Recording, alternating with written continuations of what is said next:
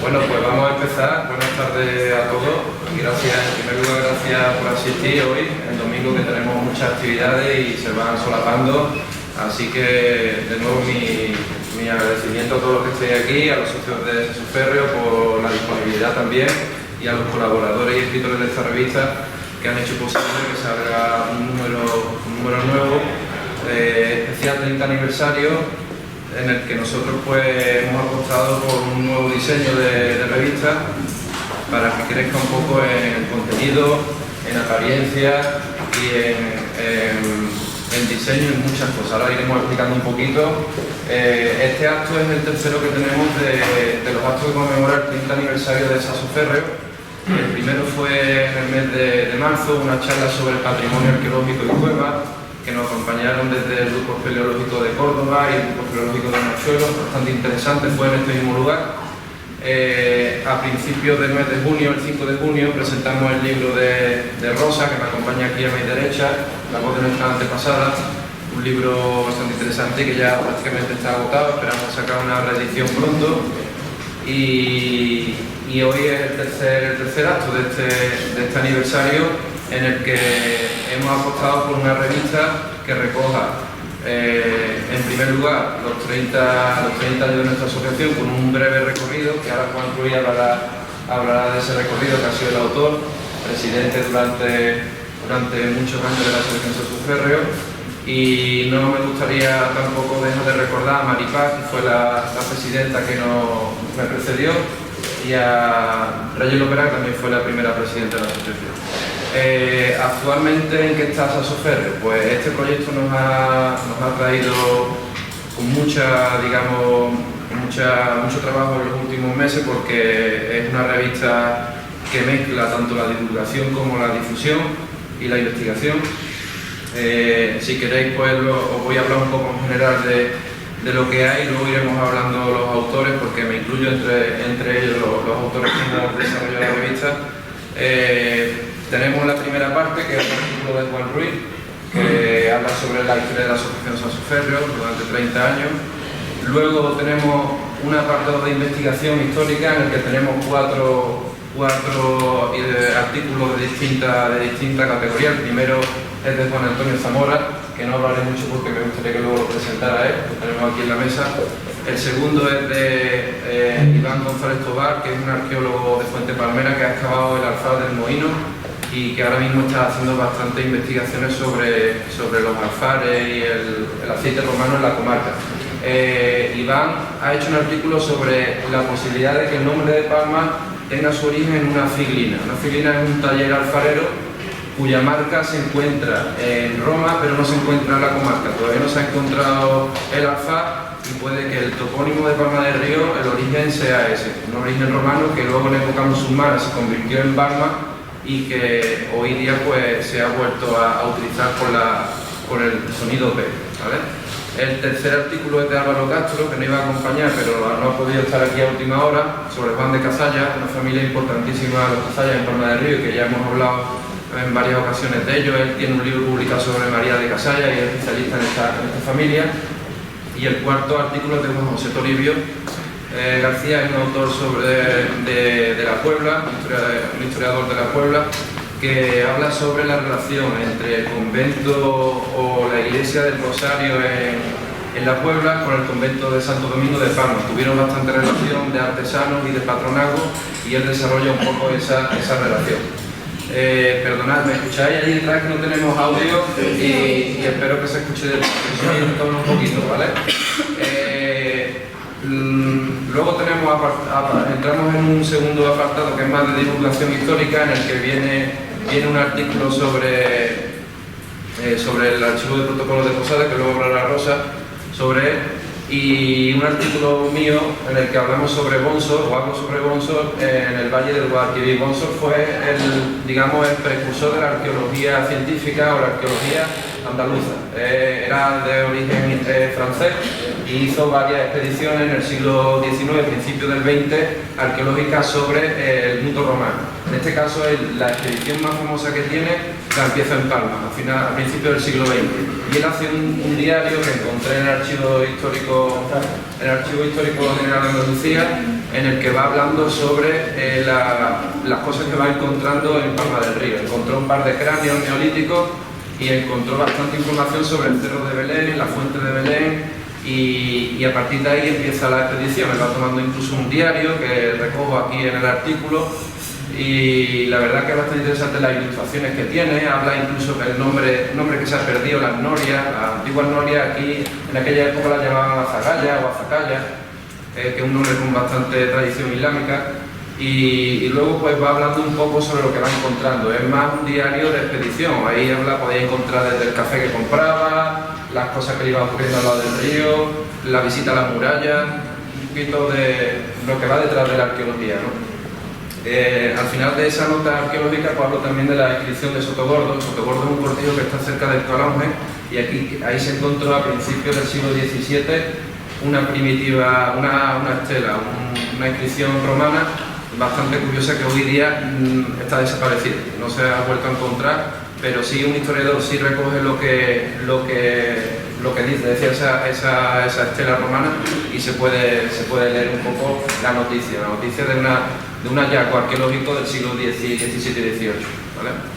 Luego finalmente también hay un espacio de reflexión patrimonial en el que dejamos abierta una puerta para que las personas hablen sobre patrimonio. En este caso José Fernández Ruiz, que fue también miembro de Sesufero durante muchos años y parte importante de la asociación, y él habla sobre su visión del patrimonio. Después de tantos años él expone ahí un poco de una tribuna libre su visión de lo que ha sido el periplo por el patrimonio.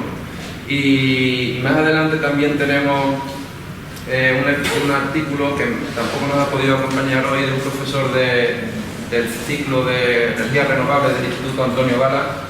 Este profesor, junto a varios alumnos, han desarrollado un artículo de investigación que era un proyecto en realidad que se presentó a un premio de instituto de FP, en el que tanto la Azuda de la Harinera, o de la electroharinera, como la Azuda del antiguo molino de barrio, un proyecto de reconvertirlo en central mini hidráulica, utilizando esa azuda y esa infraestructura hidráulica que ya fue utilizada en el siglo XIX y XX para digamos, moler el trigo, pues volver a revitalizar la producción de energía sostenible y renovable con esa infraestructura que existe ahí, que está hoy día abandonada.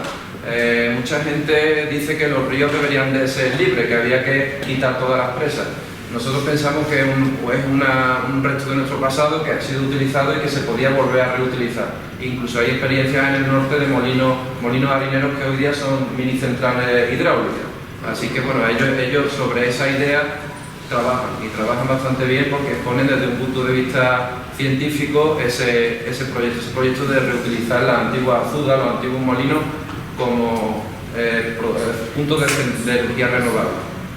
Y creo que no sé si se me olvida algo más. Al final de la revista pues tenéis también notas de prensa, desde la nota de prensa de la presentación del libro de Rosa, como la de la fosa común también se habla de esa nota de prensa, y de la actividad que tuvimos aquí sobre patrimonio y cuevas a principios de marzo. Ahí podéis conocer un poquito de nuestras actividades que hemos tenido a lo largo de este 30 aniversario.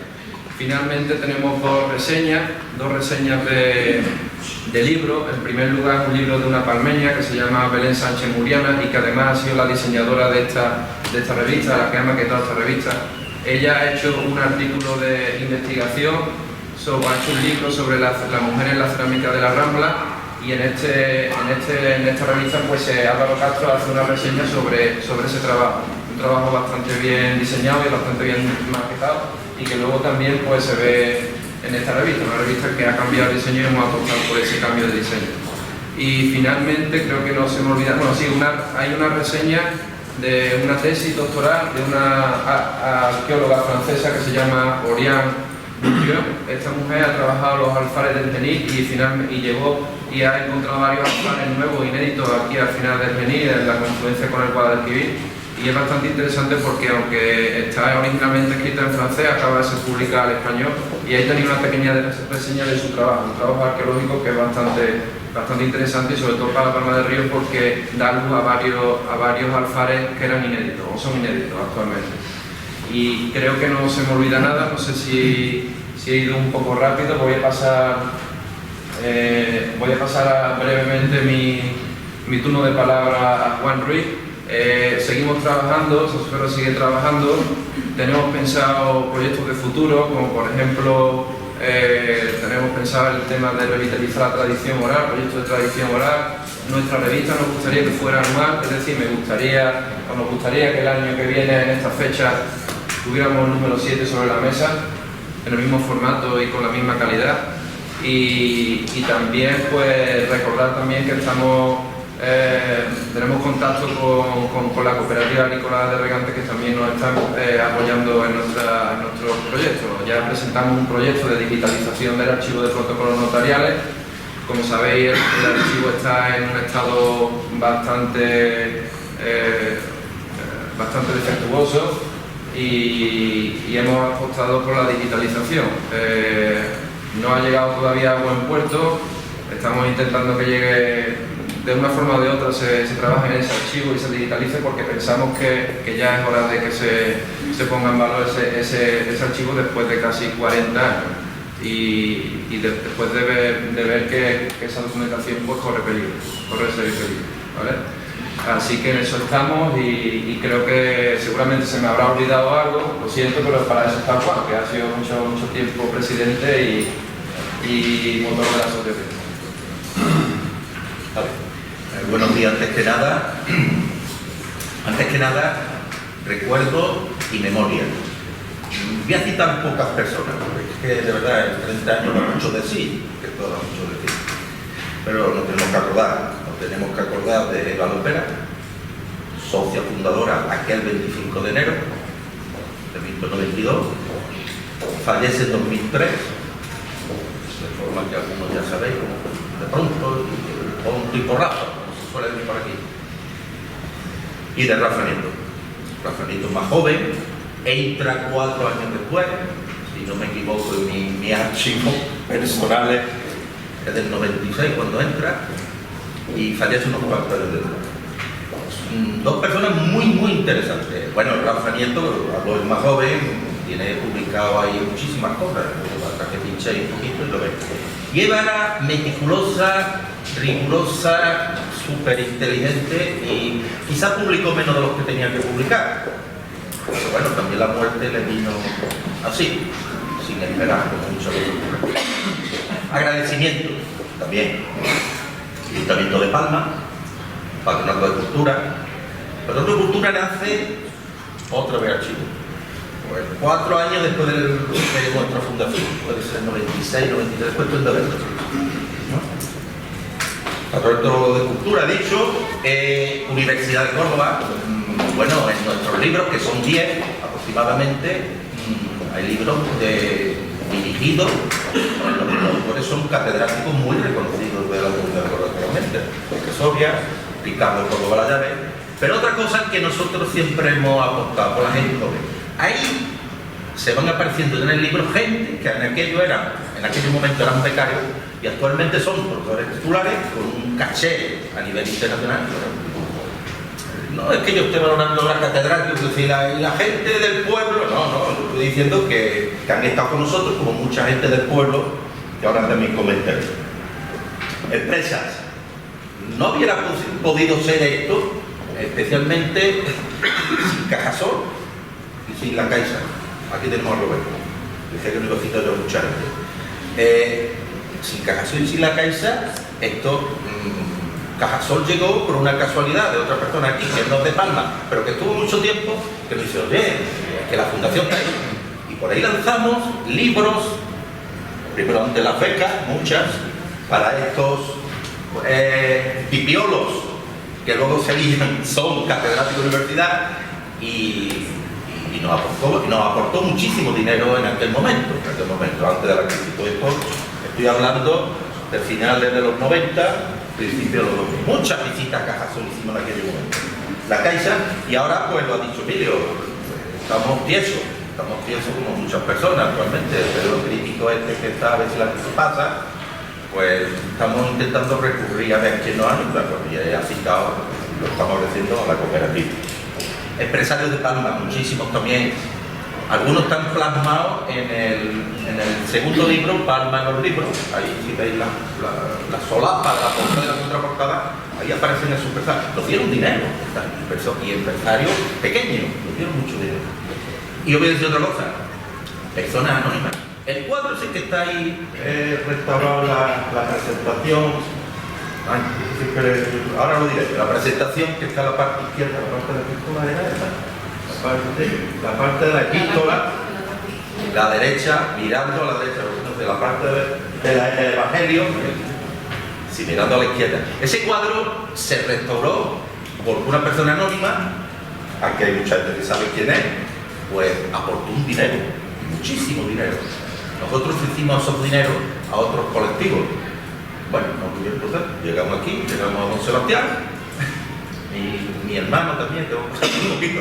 Dice, pero bueno, aquí que no quiere la gente el dinero, no sé, no quiere el dinero. Bueno. Y la cuestión es que ese cuadro es de una persona anónima. Mucha gente sabemos quién es, aquí viene. Todo comenzó un 25 de enero de 1992, la biblioteca municipal, no podía ser mejor sitio, y aquellas personas que entonces jóvenes, algunos muy jóvenes, no lo digo por mí, con varios objetivos a conseguir. Pretendíamos recuperar, conservar, investigar, divulgar, siempre nos ha apasionado, especialmente con jóvenes y niños, y, por supuesto, defender el patrimonio palmeño. Ese era nuestro objetivo. Luego, eso lo plasmamos a partir de esa mañana, era medio fría, no hizo mucho frío aquel día, en nuestros estatutos constituyentes, pero eso estaba allí ya, Nos organizamos secciones, arqueología, etnografía, documentación, bibliografía, arte y didáctica del patrimonio. Esto llegó después, porque es verdad, había muchos maestros, aquí hay muchos de aquellos, muchos proveedores, y allí aportamos por esa línea de formación, importantísimo, niños y jóvenes. ¿En qué cuestiones?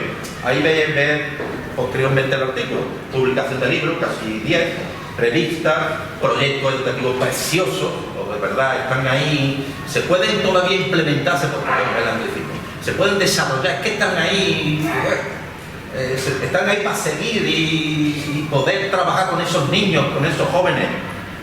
Divulgación de publicaciones, el periódico de Palma, entonces, en aquel momento, hay unos álbumes por ahí preciosos, hay mucha gente que lo tiene, de fotografía, que fue una colaboración, por aquí está la periodista en concreto, mi amiga Eli, y aquello se hizo en el periódico de Palma. Restauración de cuadros, y este es el título. Ahora, presentación de Jesús en el templo. Digo que mirando hacia el fondo, no vamos a entrar, tú que eres de la moderna, nos debes de decir esto. La izquierda a la derecha tiene un nombre. Gabriel Rosales, me lo está diciendo el experto. Gabriel Rosales, eso está ahí, lo que es planteado. Y luego, participación de este otro tema que al menos el menos se conoce, no porque fuéramos nosotros, que era participar en la elaboración, ojo, con asesores, algunos nosotros sabemos lo que sabemos, pero nosotros nos buscábamos asesores para 3 cuestiones. Plan de inspección de protección del conjunto histórico, el llamado PEC, el Plan General de Ordenación Urbana, y luego otro tema que hay que pegarle fuerza ahora, hay que aportar por ellos, que son bienes de interés culturales. Hay uno que tiene que salir, que es de la Virgen del Rosario, ese tiene que salir. Recuperación de cientas, creación de becas de investigación, ya he hablado de Cajasol. Voy a hacer un inciso. Mirad, yo estoy aquí a la izquierda y a la derecha rodeado de gente que escribe muy bien. Un inciso. El que escribe se encuentra con una página en blanco. Aquí. Ya los modernos, una página de oro. Vale. Cuando se escribe solo. Se escribe solo. La soledad esa es terrible porque hay veces que no sale nada. Pero ojo, cuando se escribe así, se está escribiendo con los demás. Se escribe con los demás, siempre. Y ya lo habréis leído, lo habré escuchado últimamente. En el momento que se publica, deja de ser de ese que ha escrito. Deja de ser, es de todo.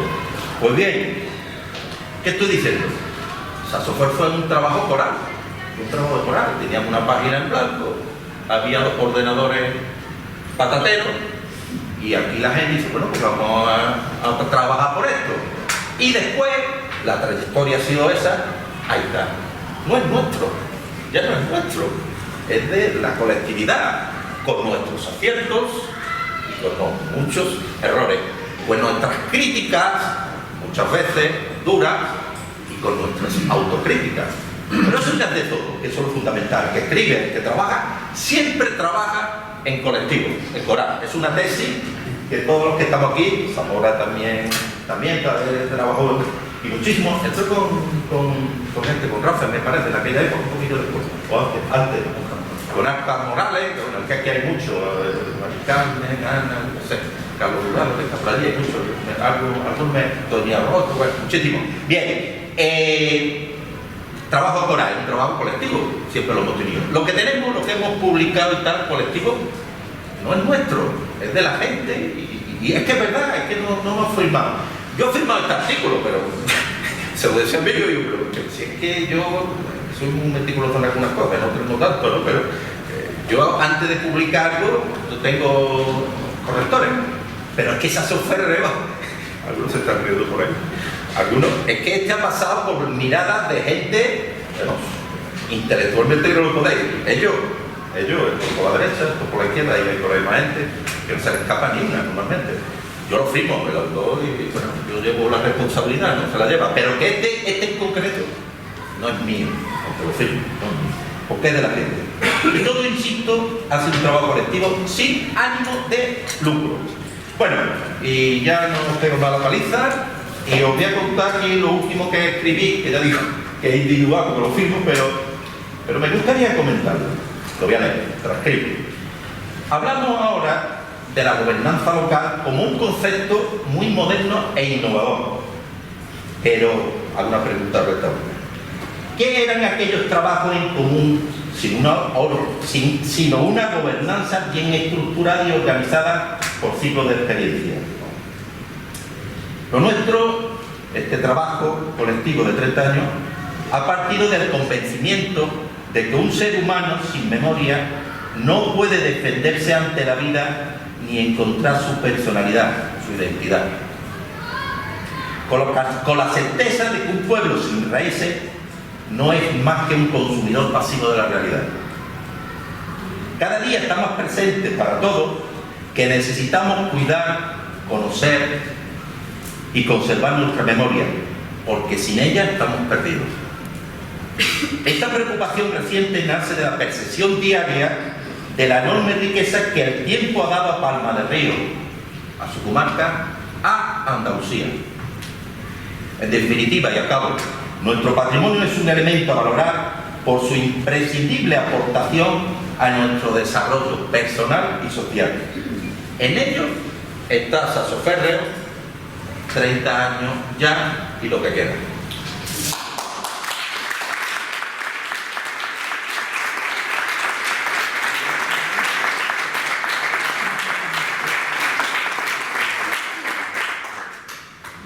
Bueno, le toca ahora hablar a Rosa María García. Muchas gracias, Juan. Bueno, pues yo, el artículo que he escrito para este número de la revista Saso Ferrero es sobre el archivo de protocolos notariales de Posada. Este es un archivo del que Saso Ferrero tuvo conocimiento en el año 93, que estaba en una casa antigua y cerrada de Posada, donde lo había conseguido llevar, que era su cronista, José María Benavide, que fue juez de paz de aquí de Palma del Río. Cuando los legajos estaban amontonados en un patio, él consiguió que por lo menos se llevase a esta casa, estuviese bajo techo y la lluvia no terminase de destruirlo. Y a partir de ahí, entonces, Saso Ferrero se empeñó en que ese archivo se catalogase y se identificase de alguna manera, y todavía no lo hemos conseguido.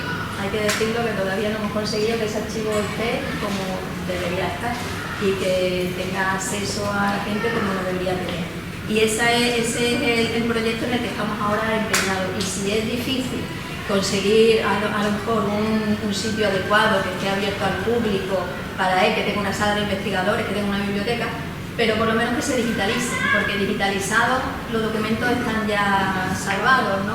desgraciadamente, pues ya lo único que queremos es eso, que por lo menos estén a salvo. Nosotros hablamos mucho de este archivo, ¿no? Hemos escrito varias veces sobre él, y yo en este artículo lo que hago es que digo lo que hay, porque muchas veces hablamos del archivo pero no decimos lo que de verdad hay ahí, porque eso es importante para la gente de Palma del Río. Y es importante porque ahí está, visto que hay destruidos otros archivos locales, como por ejemplo los archivos eclesiásticos, aquí todo lo que hicieron los antepasados ante notarios está en este archivo recogido, ¿no? O sea, y además de la gente del común de la gente de Palma, ¿no? Aquí tenemos todo el tema de herencia, tenemos el tema de créditos, tenemos salarios, tenemos cómo trabajaba la gente, dónde trabajaba, las casas que construía, tenemos cartas de liberación de esclavos, tenemos este tipo de documentación se ha usado por maestros para hacer estudios de alfabetización y de enseñanza, para investigar sobre la lectura, sobre las bibliotecas, sobre el aprendizaje de la gente. Aquí en Palma también hay mucha gente interesada por el tema de las hermandades, de las cofradías, pues toda la historia de las hermandades, de las cofradías, de sus obras de arte está en este archivo. Y eso se puede perder. Y eso a nosotros nos parece que es muy importante. Últimamente mi investigación fue por el derrotero de las mujeres, ¿no? De estudiar el papel de las mujeres en el Valle del Guadalquivir. Pues este archivo también es fundamental. Si los protocolos notariales, en los protocolos notariales está, por ejemplo, el testamento, que es el único documento que hace una mujer sin permiso del marido y donde muchas veces pues refleja sus inquietudes, sus intereses, su religiosidad, y es un documento muy importante y está aquí también. Y eso se puede recuperar para todos, porque además es de todo, eso no es de la Notaría de Posada, eso no es de la Junta de Andalucía, no es de la Diputación de Córdoba, eso es de los palmeños. Esas instituciones solamente tienen el deber de salvaguardarlo, de cuidarlo, de conservarlo para los que vengan después, aunque a veces pues se resistan a hacerlo. Pero eso no es de ellos, eso es de los palmeños y de las palmeñas, eso es de la gente. Y a mí me gusta mucho un autor que se llama Bertolt Brecht y tiene un poema que yo la primera vez que lo leí me quedé así impactada, ¿no? Y él siempre decía, el poema se llama El obrero que leía, y él decía: ¿quién construyó Tebas, la de las 7 puertas? Se mencionan siempre los nombres de los reyes, de los grandes, pero ¿acaso los reyes acarrearon las piedras? ¿Fueron ellos los que lo hicieron? No, ellos no lo hicieron. ¿Quiénes lo hicieron? Los pequeños. Y los pequeños están en los archivos locales, los archivos que se están perdiendo. Todos vuestros antepasados están ahí, en ese archivo, de una manera o de otra. Por supuesto hay gente que no sale en esos archivos, la gente que forma parte de la marginalidad, pero salen otros, salen los archivos locales, en el archivo de actas capitulares de aquí, en el archivo municipal de Palma del Río, y están ahí. Y si eso se pierde mucho, se pierde muchísimo. A mí me da coraje que se gaste un montón de dinero en lo grande y muy poco, porque en verdad digitalizar ese archivo no estamos hablando de mucho dinero. En los pequeños, en recuperar del olvido nuestros hombres, nuestras mujeres, nuestros ancestros. Y eso es lo que yo quiero decir con este artículo. Y que el patrimonio, si no lo sentimos como propio, si no lo sentimos como nuestro, si no lo sentimos como legado, como cosa nuestra, pues poco lo podremos defender, ¿no? Y una de las cosas que Sasoferro siempre se empeñó es en el tema de la didáctica. La didáctica del patrimonio, llevarlo a los pequeños, llevarlo a los jóvenes. Con el libro ese de la voz de nuestras antepasadas, nosotros hemos querido llevar a esas mujeres a los institutos.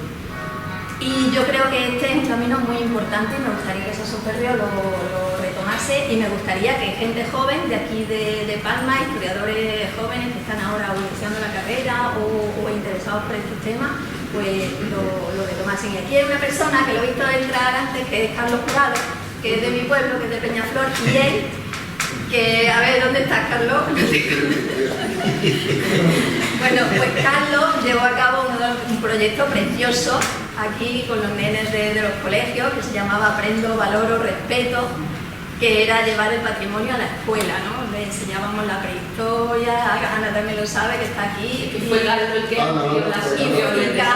Carlos, bueno, María Carrera. y llevarlos al museo, y Mari Carmen Cabrera, llevarlos al museo, explicarles lo que estaban viendo allí y la cara de esos chavales, bueno, eso era increíble, ¿no? Eso, el valor de lo propio, conocerlo, saber qué es lo que tienes ahí, saber qué es lo que significa, qué es para ti. Eso es fundamental. Y ya está, eso es lo que tenía que decir.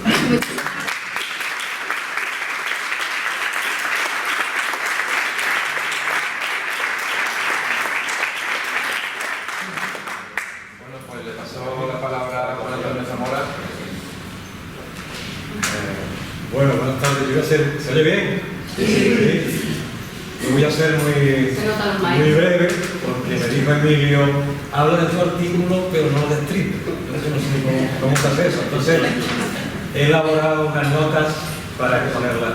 Primero, agradecer a Emilio y a la Asociación Sasoferro el haberme permitido colaborar en esta revista conmemorativa del 30 aniversario de la asociación, a la que pertenecí y estuve estrechamente vinculado durante casi 20 años y sigo dispuesto a colaborar cuando haga falta. Dicho esto, el marco, el contexto en el que elaboré el artículo no es otro que la crisis sanitaria producida con motivo de la pandemia de la COVID que hemos vivido y que de hecho seguimos viviendo. Al hilo de esa situación, he acudido a la historia para recuperar uno de los muchos episodios epidémicos de los que tenemos constancia documental.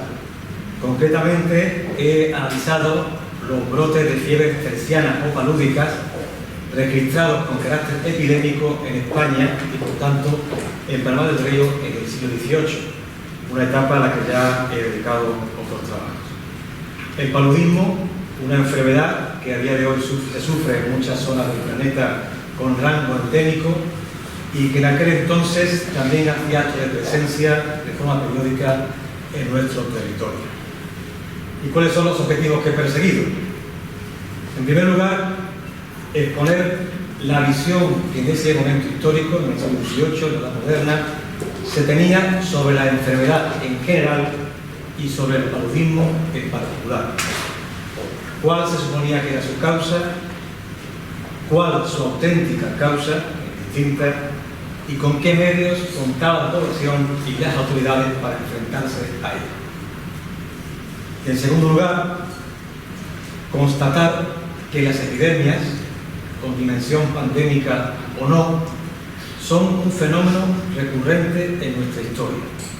Se han producido, se producen y se producirán. Un fenómeno, como hemos visto, del que se derivan consecuencias demográficas, económicas, sociales negativas, pero que también supone, por extraer una conclusión positiva, que la ciencia, y concretamente la medicina, se ven en la necesidad de actualizarse y de avanzar con motivo de estas epidemias, y por tanto ello redunda en beneficio de la población. Y esto es a grandes rasgos lo que yo he escrito. Le he pedido que lo destripase, así que dejo en manos del lector que opine sobre lo que le parece. ¿De acuerdo? Y esto lo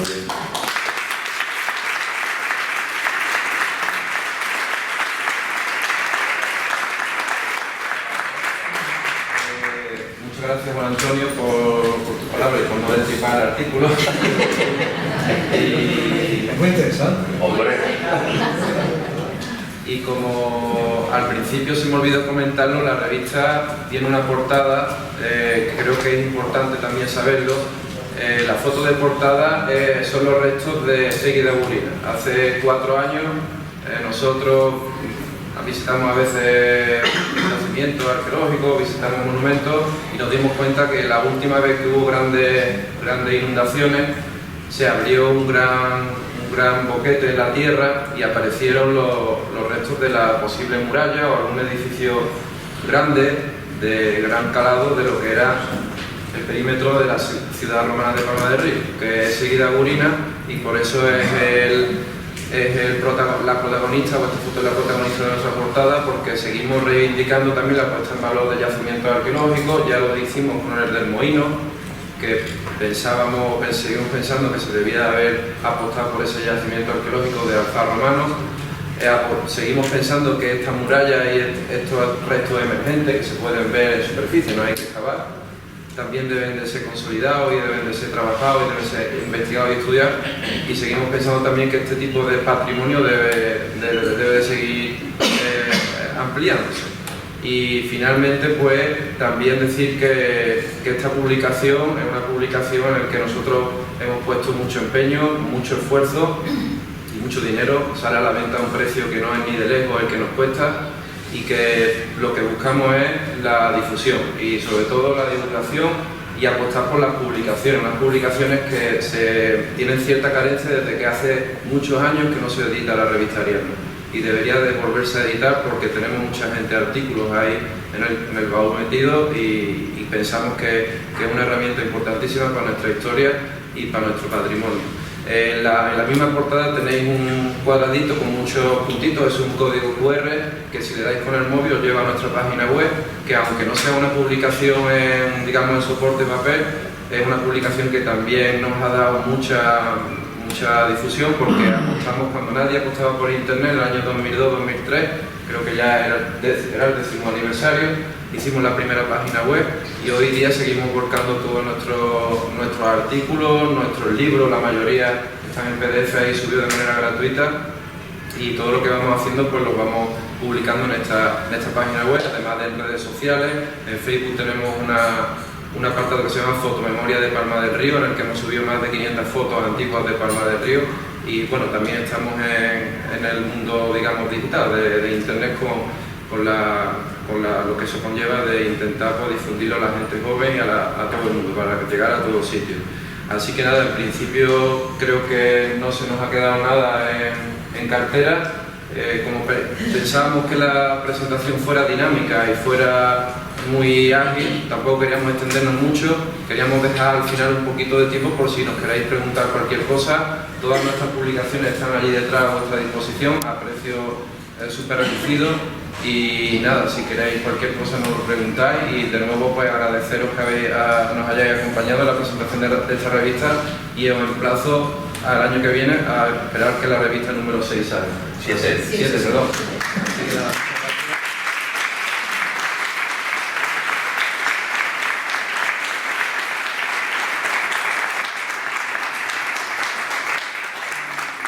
Si tenéis alguna pregunta, pues escuchamos. Y si no, Pregúntanos, y empezaste tu intervención diciendo gracias por asistir. Sí. Yo diría gracias por existir, de aquí para allá.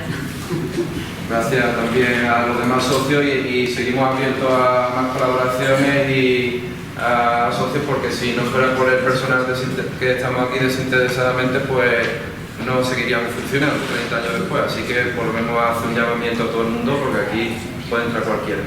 Así que nada, ya aquí nos tenéis, a cualquier cosa, ya sabéis. Muy bien. Gracias a todos. Gracias a todos por haber venido.